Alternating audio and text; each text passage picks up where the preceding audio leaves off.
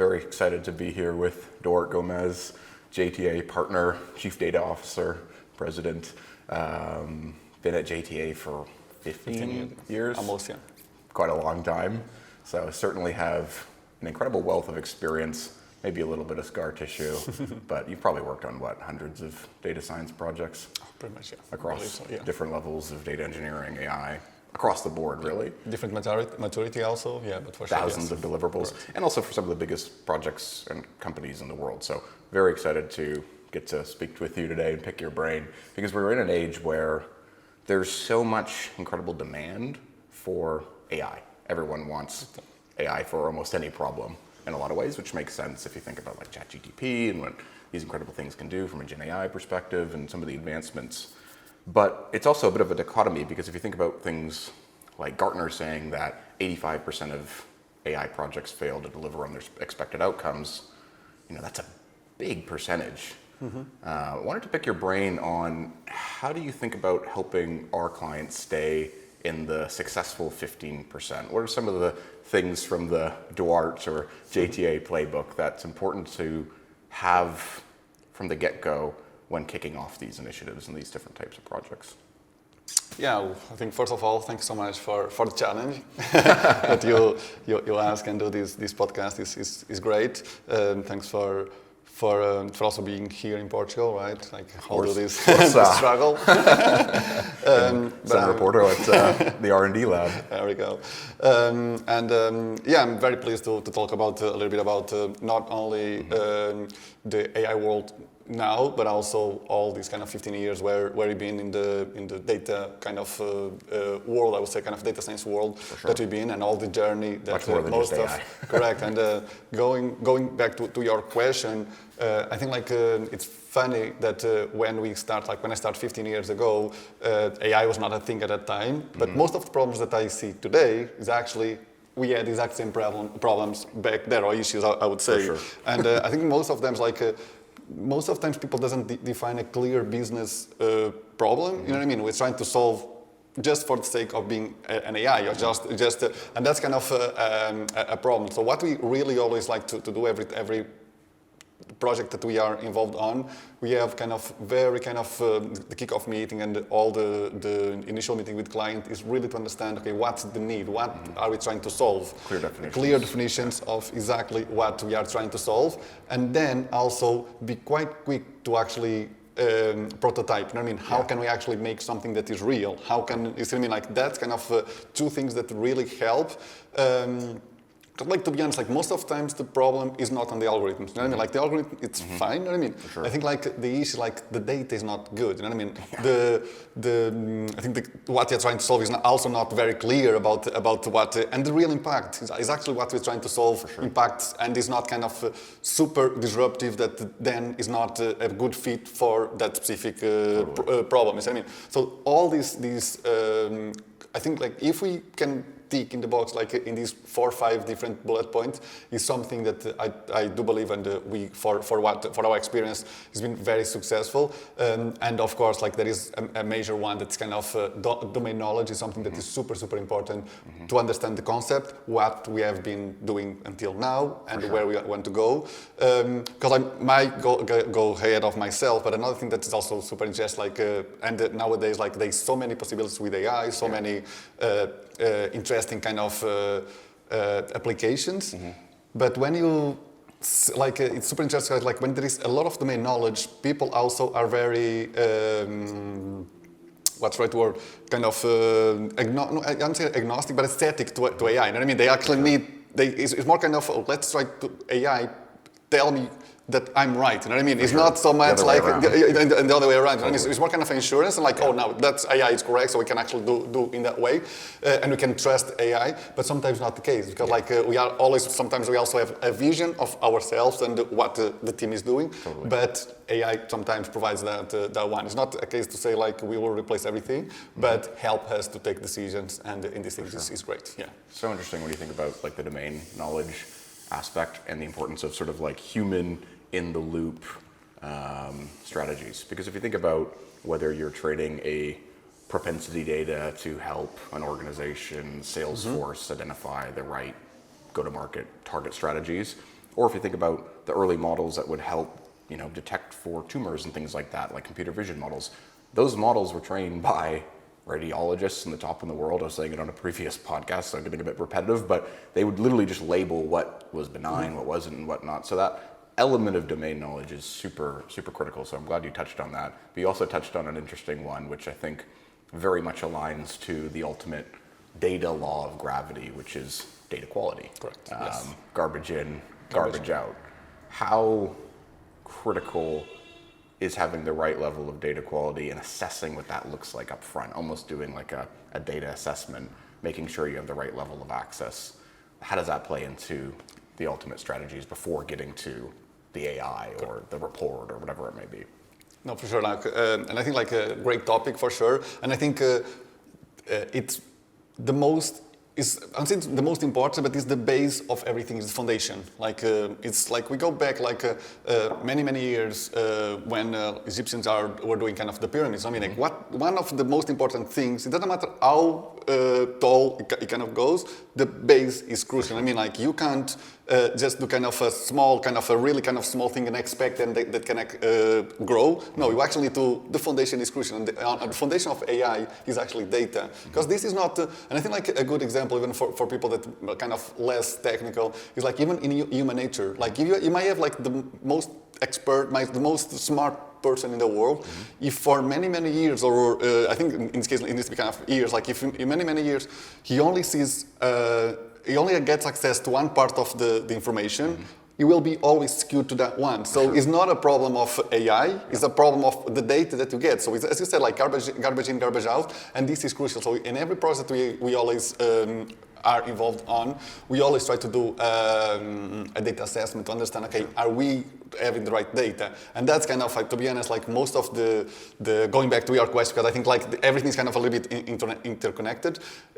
Most of the times, he also fails because the data that the organizations think that they have is actually not good. Sure. There is a lot of, there's a lot of data engineering and assessment that needs to be done before you can actually talk to or implement the algorithms, you know what I mean? So, and that's why kind of I say, like most of the times not the problem of the algorithm, it's actually the foundation of the data, is actually what you train the algorithm. Because going back to your point, if you have 5 doctors just doing labeling in hundreds of records or hundreds of scans, if there is one person, or if they always align, they label always in the same way, but wrong for a specific thing, the AI won't tell them, oh no, that's not right. You know what I mean? Because it will learn from them. You know what I mean? Definitely. Of course, then you can have other things to compensate or to avoid the bias.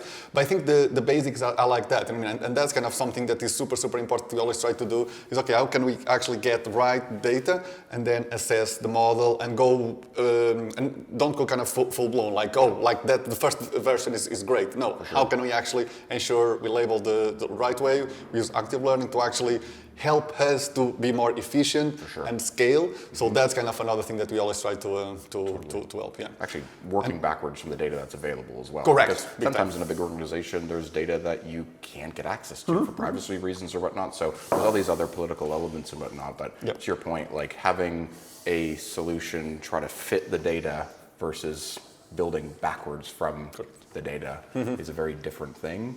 And I think that speaks a lot to some of the consultative approach that we'll take around really assessing that up front and trying to design backwards based on the data available, the data quality, but then to your point, also doing data engineering, data aggregation, enrichment, all these things to try to improve that. But another one, sorry, before you keep going, because I think I forgot this one. I think another one is even like when you have the right data, you kind of have all cleaning, the cleaning part is done, you can actually enrich the data. I think also we try not to trust in the first model that we do. There is also assessment of the model. You know what I mean? Like that's also super important. Like after the model, you know what I mean? Like, okay, how can we actually challenge the model, understand what the results, you know what I mean? Like all the accuracy, all the, you see me, like all these KPIs that we kind of have in every single project are crucial to actually understand, okay, do we need to actually do more R&D for this one, or we can just deploy and ML engineering and the ML ops can actually take care of that. But is also, and another thing that's also super, super important, not so much kind of in the initial phase, but even when you have successful results, it's always important to be curious about what's next. How can you actually go for or find the edge scenarios that your model is blind. You know what I mean? Like you can't actually tackle those ones. So these things is things that we also always have kind of R&D team only focus in these edge scenarios, in these, you know what I mean? Like that kind of is also something that supports the robustness of the, not only the model, but also the process. Because as you know, not first time that we'll hear from it this one, but as you know, like JTA is, we kind of have the data ecosystem from like data engineering until up to kind of data reporting, but includes like data science. We have like this big layer of ML ops, DevOps, and QA. But this only works, everything's kind of cross-function teams is crucial in all of that, because otherwise we'll also have very biased focus in some of the part of the program. I know that kind of school a little bit, but it's kind of another thing that I think is important to mention. I wanted to ask you about like how do you think about like designing project teams, because you might have a project or a requirement and it's sort of labeled as this is an AI initiative, which it is in terms of the tip of the spear, but in terms of designing the right team, it's going to take a lot more, to your point, than just having AI engineers thrown at the problem. It's going to take a broader ecosystem and selection of talent. It's sort of like in football. Like if you're watching Benfica play, for instance, it's going to take a lot more to win the game than just Di Maria up front. Correct. Although Benfica's a bad example because they probably never win. But it takes the right midfield, the right architecture, the right manager, right defense, whatnot to come together. So how do you think about sort of designing project teams, whether it's an AI project, a reporting project? What are some of the key people that need to come together to really pull some of these things off? Now, it's a very, very interesting question, because like it kind of goes back to what we were talking. I think having, and at JDA we also have a very kind of cross-function team. You know what I mean? It's not only one role. We don't want only data scientists on these tackle the project. You know what I mean? It's as much as important as I said before, like as important as data scientists, also data engineers are super important, because like data science only can go with the data they get, right? But not like none of this is valid, or none of this is good if you don't have like a good business analyst, a good business insight that actually, you know what I mean, tackles, okay, like this is exactly the problem that I'm tackling, and like to get successful, we actually need to do that. I think like there is different phases of the project that we kind of tackle. The first one is always kind of business, you know, have like someone with domain knowledge, business insights that we bring from. Sometimes, or most of these times, we also involve a lot the customer. Course, it needs to be like it's a feedback loop. But we also bring data engineering, data scientist teams.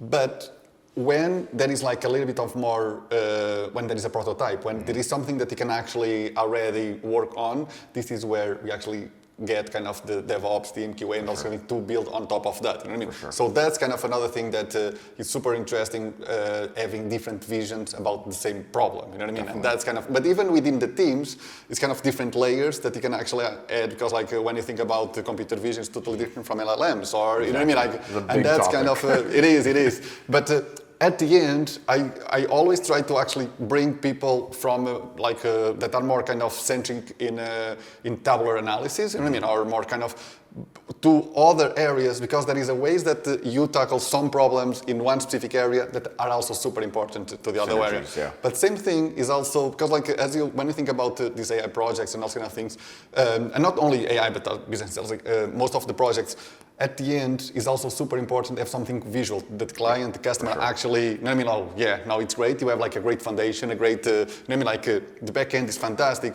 But if you don't provide something that is, you know what I mean? Like intuitive, explainable, I think another thing that is really, really, one of the, I think, biggest also failures on AI is actually not be transparent or not be explainable. You know what I mean? That's why we are always kind of, reinforce that point that the models need to be, of course, there is things that are hard to explain, but we always try to bring explainable models to actually be helped conversation with the customer. You see what I mean? So that's kind of another thing that is super, super interesting.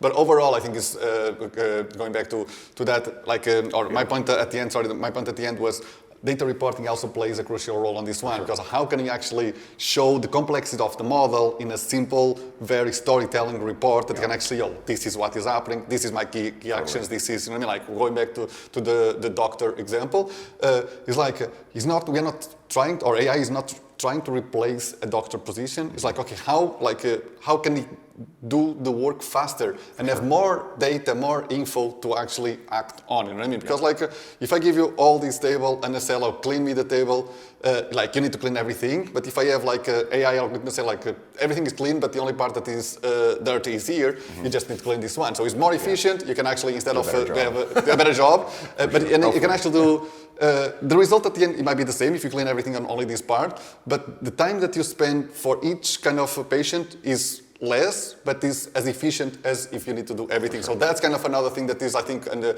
I'm a big believer in AI, and I think the AI will also bring a lot, and you already can see that, a lot of efficient and will help real world problems, to be honest. Totally. So that's, well, the interesting topic you mentioned there on the explainability notion too, because it comes down to your point around AI is a pretty broad field. You have artificial intelligence, you have machine learning, you have deep learning, you have LLMs, Gen AI now, a lot of different things, a lot of different skill sets even within that realm, really. Correct. And if you think about the notion of explainability, especially from a business perspective, it gets very important. Like if your algorithm is defining whether people get approved for a mortgage or not, correct, you better be able to explain why it came to that decision. Sure.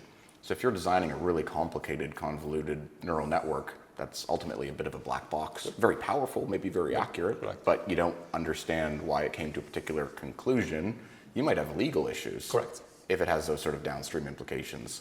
So I think that's something also, to your point, that's super important in terms of thinking about upfront, what's the right model, how can it bring the right level of accuracy based on the use case, based on the business case that you're talking about that you clearly defined.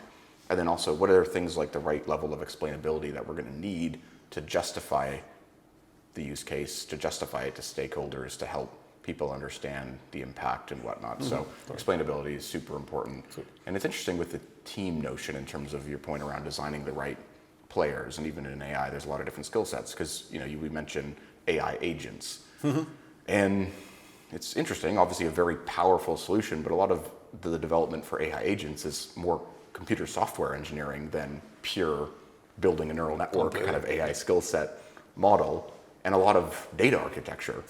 There's that like ridiculous meme that's been going around LinkedIn right now of like Homer Simpson, and he has his angel wings on and he's going up an escalator, and he's the Enterprise and he's going towards, we'll superimpose it into the video, but he's going towards the pearly gates, which is AI agents for the Enterprise or whatnot, and he crashes through the clouds and he's in hell, and all the demons jumping around and fires are data. Yeah, so to your point, like it's not always the most obvious mix of talent that are going to drive the most important results. Something like AI agents might require a lot of software engineering to build the right workflows and data architecture.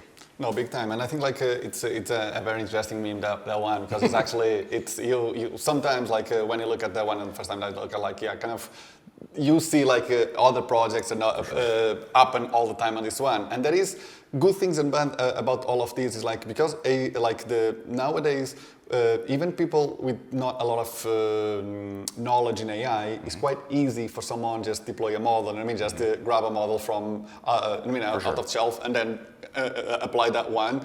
And there is like a lot of people, even like in these big corps, that actually need to, that have budgets to work with bigger teams or consultancy services, the AI consultancy services. So all of this sometimes is also good that it seems that everybody goes to AI and everybody is using AI, but they might not be using the right AI, the AI in the right way. Yeah. And what I'm also saying that one is AI in the right way, because like there is use cases that neural networks are fantastic. You know what I mean? There is, I know that like example that you just mentioned it might be like it's hard. How can you justify approving a mortgage to a person A but not a person B? Because like there's all this bias.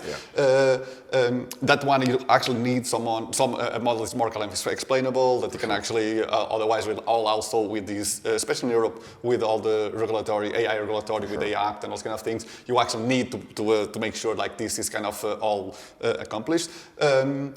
But I'm not always like black box never is a no-go thing. No, I think there is very specific use cases that are really, really important for us to also use, and it's kind of use the right tool or knowing. I think that the hardest part also when you talk about data science is like what's the best model algorithm to use at the right time. You know what I mean? Because like there's so many. Because every day it pops like different things. You know what I mean? And you see like in the last 3 months, I mean like when people saw like ChatGPT was like whoa the best thing, but it's been like on and on, like the DeepSeek, there's like, you know what I mean, like Gemini, there's all these things that more and more you see, whoa, it seems like we only open the door a year, and now it's like, whoa, there's all these boom, you know what I mean, that's true. So that's kind of another interesting one that seems easy, but if it's applied, and I think this kind of applies pretty much to across the business. You know what I mean, like what is like if you don't apply the right tools to the right need,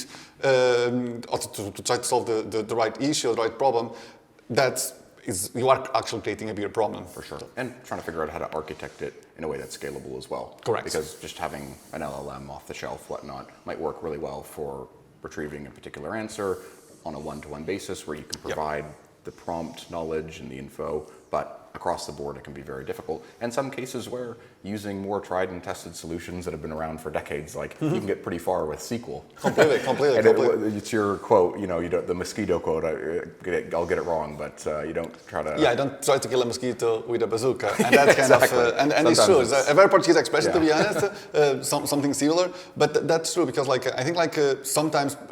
Again, I think like there is very good, in terms of relational database, there's very good, of course, like you are use case that you can't use relational database, but there's many others that are so easy for the AI kind of understands all the connections, what is connected, what is not connected. I mean, that I'm not like, and as you know, like in GTA, it's not all, there is like this next big thing, we just blindly go to that one, excluding, you know what I mean, like ignoring everything that is in the past. No, like we always try to bring the technology that fits the matter, you know what I mean, or fits the solution.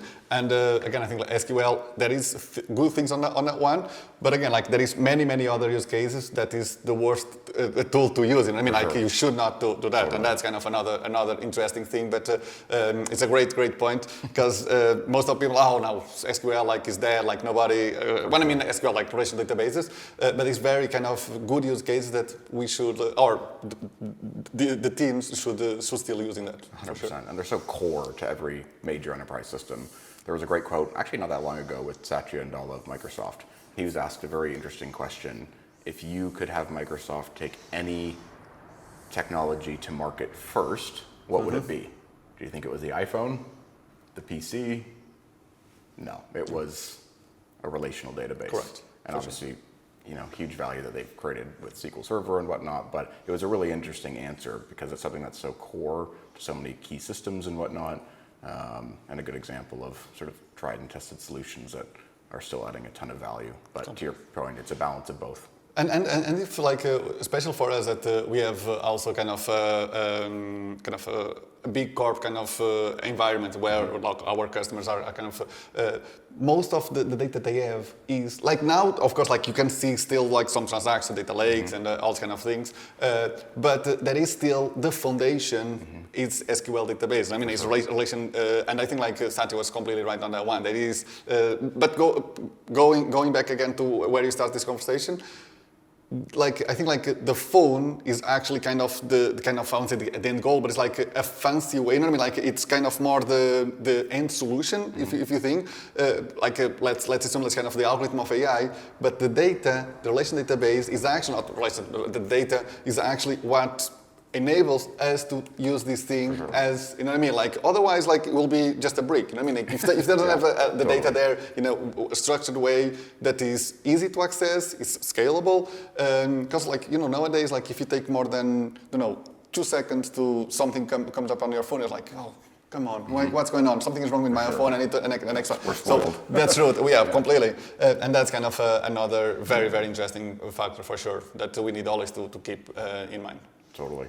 No, it's been a lot of fun exploring some of these topics. Could certainly go on, and we'll have to do some other videos kind of explaining different elements, but it's super helpful to get your perspective on some of the key things when thinking through an AI strategy for projects, to your point on building the right data foundation, defining the right use cases up front, being able to explain and understand the right model, the right tool for the right job and whatnot. There's so many different things, so thank you. For sure. No, thank you so much. It's been a pleasure.